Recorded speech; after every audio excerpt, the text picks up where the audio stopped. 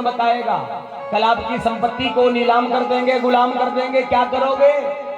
अरे भैया, जिस प्रकार से बगैर पानी के फसल खराब हो जाती है, अगर अपने बच्चों को, अपने परिवार वालों को सत्संग नहीं कराया, सद्मार्ग की बातें नहीं बताई, तो ठीक जिस प्रकार से बगैर पानी के फसल खराब है भाइयों, ठीक इसी प्रकार बगैर ज्ञान के हमारी आने वाली नस्ल खराब हो जाएगी।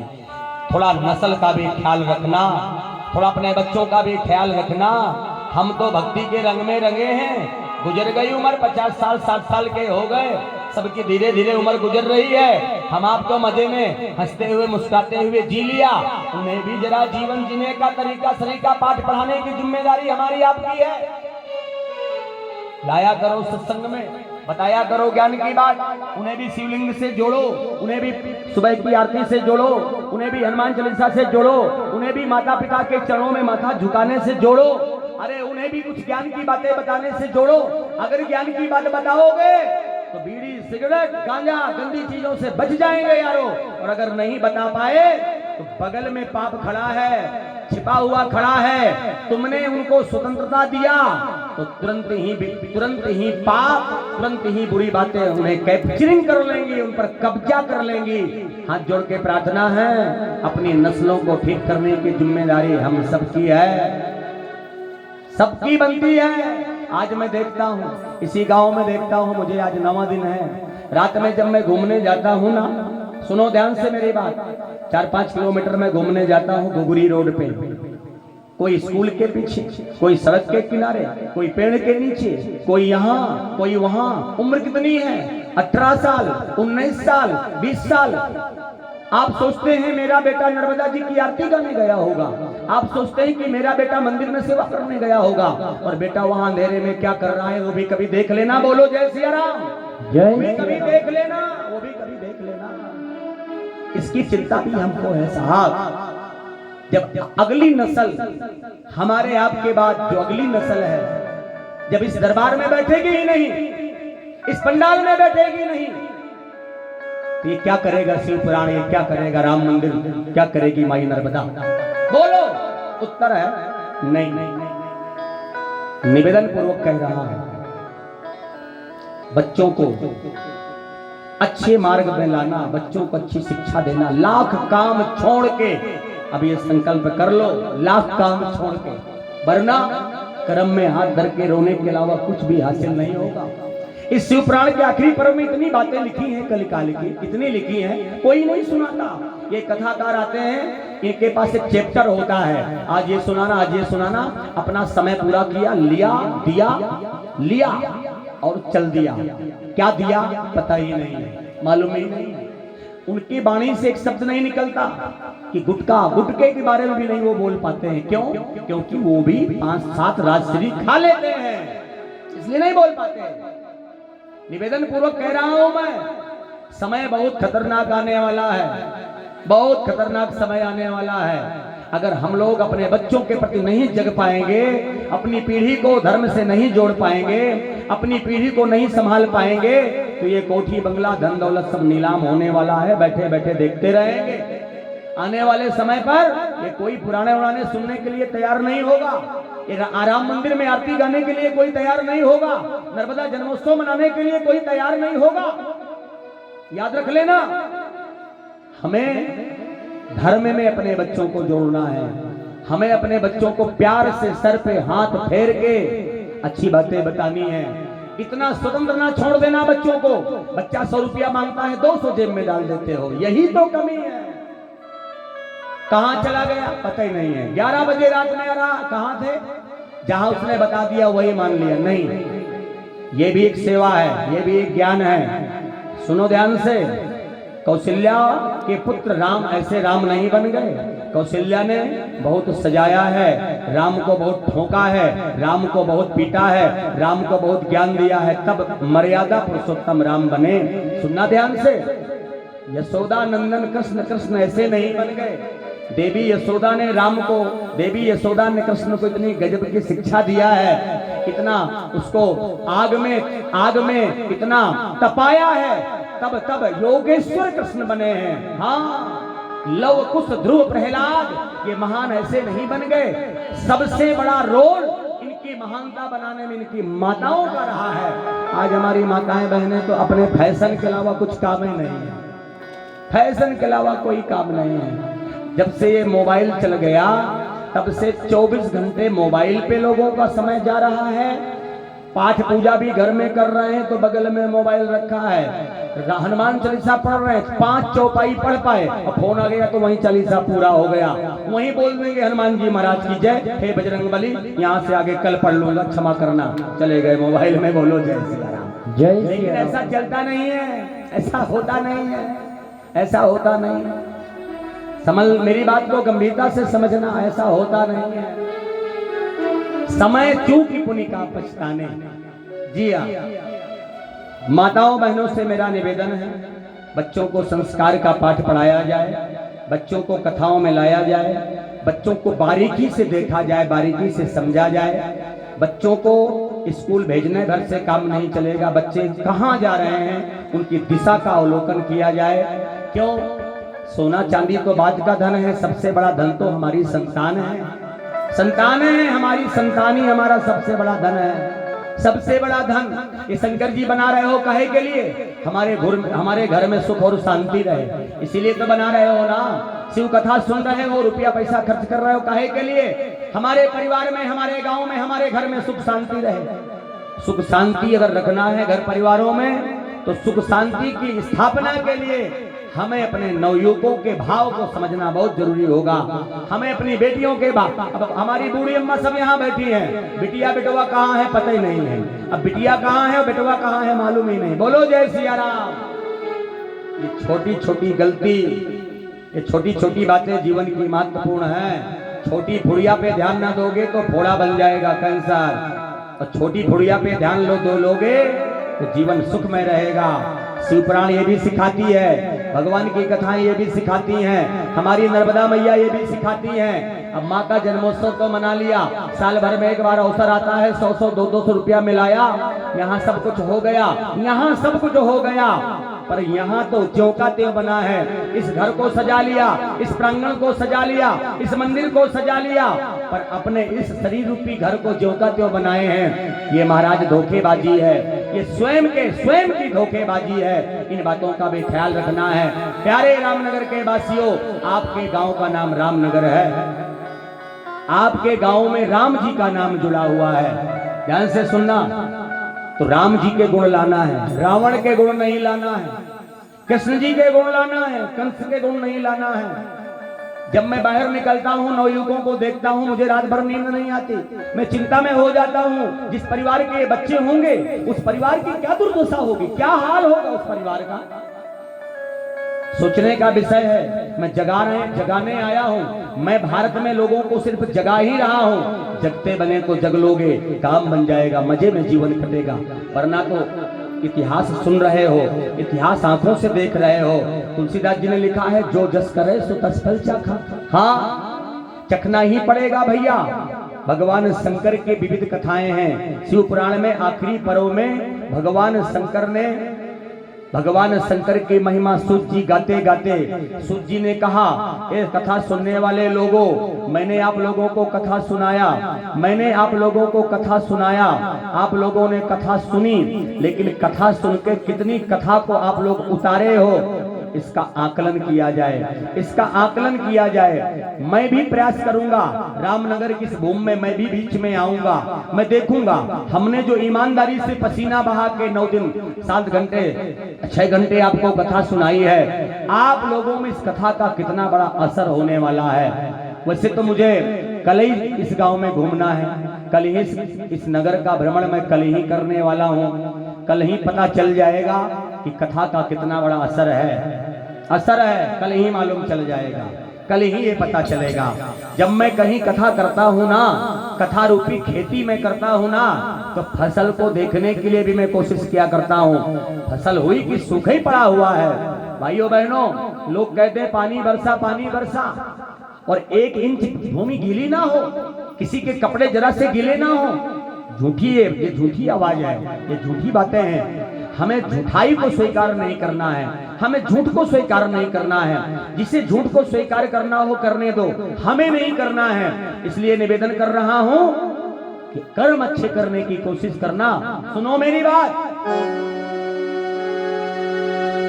कर्म खोटे तो ईश्वर के, कर्म खोटे तो ईश्वर के, भजन गाने से क्या होगा। अच्छा लगे तो उतार लेना। कर्म खोटे तो ईश्वर के, भजन गाने से क्या होगा। भैया किया परहेज ना कुछ भी, किया परहेज ना कुछ भी, तो दवा खाने से क्या होगा। किया परहेज ना कुछ भी, तो दवा खाने से क्या होगा। कर्म खोटे तो ईश्वर के, भजन गाने से क्या होगा। समझ रहे हो। समय पर एक ही ठोकर बदल देती है जीवन को। ये आज की पंक्तियां हैं जो लिखी गई हैं। समय पर एक ही ठोकर बदल देती है जीवन को। जो ठोकर से भी ना समझे। भैया गंभीरता से सुनिएगा। जो ठोकर से भी ना समझे, तो समझाने से क्या होगा। जो ठोकर से भी ना समझे, तो समझाने से क्या होगा। किया परहेज ना कुछ भी, दवा खाने से क्या होगा। कर्म खोटे तो ईश्वर के, भजन गाने से क्या होगा। मनुष्य के जीवन में सारा करिश्मा कर्म का है। भगवान शंकर के जीवन में सारा करिश्मा कर्म का है। ब्रह्मा जी के जीवन में सारा करिश्मा कर्म का है। जिसे हम नारायण कहते हैं, भगवान विष्णु, सारा करिश्मा कर्म का है। जिसे हम इंद्र कहते हैं, देवराज, देवताओं का राजा, सारा करिश्मा कर्म का है। ध्यान से सुनना। यहाँ जो छोटे बड़े हम लोग हैं ना, कोई छोटा कोई बड़ा, कोई अमीर कोई गरीब, ये भी सारा करिश्मा कर्म का है। और कुछ भी करिश्मा नहीं है, सारा खेल कर्म का है। सारा खेल कर्म का है। तो मेरा कहने का अर्थ यह है कि हमें क्या करना है। क्या करना है? करना क्या है? अच्छी करनी करो रे भैया। शिव पुराण की ही सारी बातें हैं, हिंदी में मैंने भाषित किया है बस। अच्छी करनी करो रे भैया, करियो करम न काला। आगे से पीछे तक सुन लेना ये वाक्य मेरा। क्या पता दोबारा मिलूं ना मिलूं। वैसे भी 5-6 वर्ष बाद आया हूं और आगे की कोई गारंटी नहीं है, क्योंकि मेरा जीवन भी मिट्टी का है, कभी भी ये राख बन सकता है। इसलिए जब मुझे मौका मिलता है तो कोई कोर कसर नहीं छोड़ता हूँ, सारे पाठ पढ़ाने का प्रयास करता हूँ। जो भूली गई बातें हैं, भूली बिसरी बातें सब याद दिलाने की कोशिश करता हूँ मैं। अच्छी करनी करो रे भैया, लाला करियो करम न काला। क्यों? क्योंकि लाख आंख से देख रहा है, वो सबको देखने वाला। लाख आंख से देख रहा है, सबको देखने वाला। एक बात और खुल के बोल दूं, आज खुल के बोल दूं एक बात। उसके अदालत में ना कोई छोटा है, ना बड़ा है, ना अमीर है, ना गरीब है, ना ब्राह्मण है, ना ठाकुर है, ना शूद्र है, ना कोई अछूत है, ना छूत है। उसकी डायरी में कुछ नहीं है। वो कहता है सब मम प्रिय, सब मम उपजाए। मैंने सबको बनाया है, मैंने किसी का नाम नहीं दिया, मैंने किसी को जाति में नहीं भेजा, मैं इंसान बनाकर भेजा हूं। तो सुनो, उसकी अदालत में जुगाड़ भी नहीं चलता है, उसकी अदालत में जुगाड़ भी नहीं चलता। यहां तो जुगाड़ लगा लेते हैं लोग। मर्डर किसी ने किया है, फंसा किसी को देते हैं, दूसरे को जिसने किया उससे बचा लेते हैं जुगाड़ लगा के। लेकिन उसके यहां ये जुगाड़ चलने वाला नहीं है। बड़े कड़े कानून प्रभु की, पंडित जी सुनो, बड़ी कड़ी मर्यादा, कभी न कौड़ी कम देता है यारो, और न दमड़ी ज्यादा। और उसके यहाँ क्या साधु, क्या संत गृहस्थी, क्या राजा, क्या रानी। पट्टा साहब, उसकी पुस्तक में लिखी है सबकी कर्म कहानी। वो कौन सी कहानी लिखता है? ना तुम्हारे दीपक वाली, ना अगरबत्ती वाली, ना लड्डू वाली, ना पेड़ा वाली, ना तुम्हारी मिठाई वाली, ना तुम्हारी आरती वाली। वो तुम्हारे कर्म की कहानी लिखता है। जब उसकी पुस्तक में लिखा है हम सबकी कर्म कहानी, वही सभी के इस जीवन का यारो सही हिसाब लगाना। अभी मैं 16 तारीख से लेके 21 तारीख तक तीर्थराज प्रयाग में था, कथा कर रहा था। तो यही बातें मैं बोलता था, तो वो जो भभूत रमाए बैठे थे गदगद हो जाते थे। भैया सत्य वाला ही सत्य समझता है, समझ लेना मेरी बात। वही सभी के इस जीवन का यारो सही हिसाब लगाता।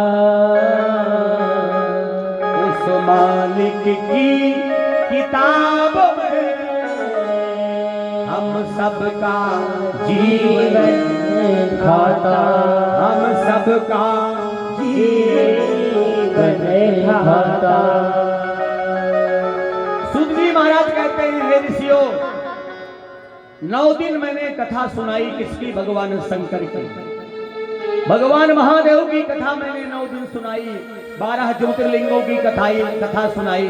शिव जी का पूरा चित्र सुनाया, भैरव जी का चित्र सुनाया, भगवान शंकर के सारी लीला को गाया। विवाह से लेके 2 विवाह से लेके शिव जी के पुत्र गणेश, कार्तिक, सबकी कथा सुनाई, मैंने भी सुनाई। लेकिन आखिरी जो पर्व है, आज कथा का आखिरी जो दिन है, ये आखिरी पर्व की कथा हमारे कर्म से होना चाहिए। घर में पानी रखा रहे और प्यासे तड़पे, घर में माला माल भोजन भरा हो और भूखे घूमे, ये कहाँ का ज्ञान है? ये कहाँ का ज्ञान? कहीं का ज्ञान नहीं, ये स्वयं की अज्ञानता है। भैया कबीर ने कहा, संत कबीर ने कहा है, सुनो कबीर का वाक्य सुनो। कबीर जी क्या कहते हैं?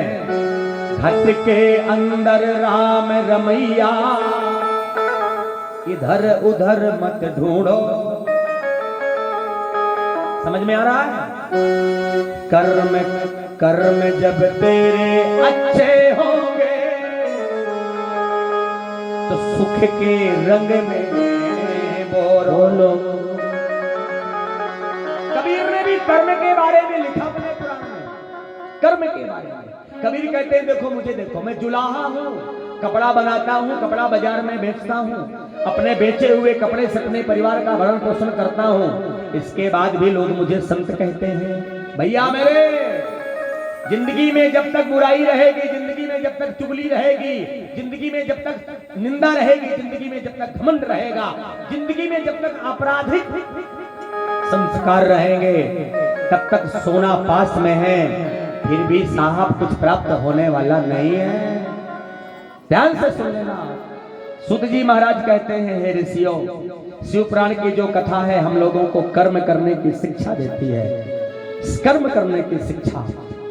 इस संसार के मालिक भगवान शंकर है और इस संसार की मालिकिन भगवान शंकर की शक्ति उमा। ध्यान से सुनना। अगर हम ऐसे भाषा बोलें कि इस संसार के मालिक भगवान शंकर हैं, तो इस संसार की मालिकिन शिवा है, भगवान शंकर की शक्ति शिवा। यही शिवा ही तो नर्मदा, यही शक्ति नर्मदा है। नर्मदा कोई और नहीं है। देखने में जल लगता है, देखने में पानी लगता होगा, देखने में ऐसा लगता होगा, लेकिन ये साक्षात जगदम्बा है, साक्षात अम्बा है, साक्षात ये मैया जी हैं। समझ रहे हो?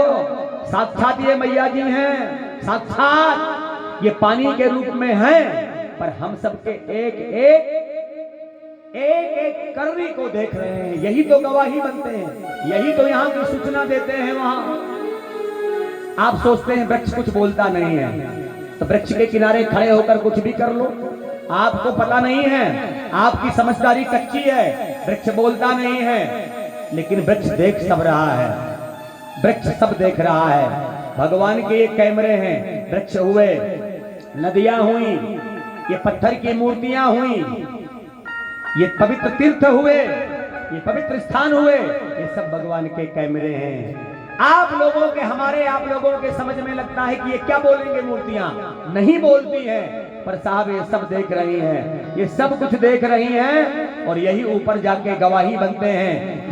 जब हम लोग मरकर चलेंगे, जब हम लोग ऊपर जाएंगे, जब ऊपर जाएंगे हम लोग, तो ये सब गवाही बनते हैं, ये सब गवाही बनते हैं, ये सब बताते हैं वहां जाकर, इन्होंने ऐसा किया, इन्होंने ऐसा किया, इन्होंने ऐसा किया।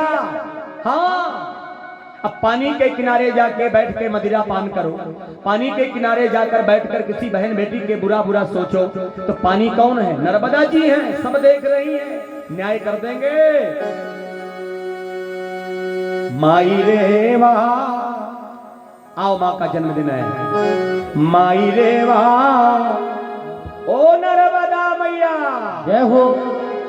माई रे वाह, ओ माई रे वाह, मैया मैं तुम्हारी करूं सेवा। मोरी माई रे वाह, मोरी माई रे वाह, मैया मैं तुम्हारी करूं सेवा। ओ मोरी माई रे वाह, मोरी माई रे वाह, मैया मैं तुम्हारी करूं सेवा। मोरी माई रे वाह,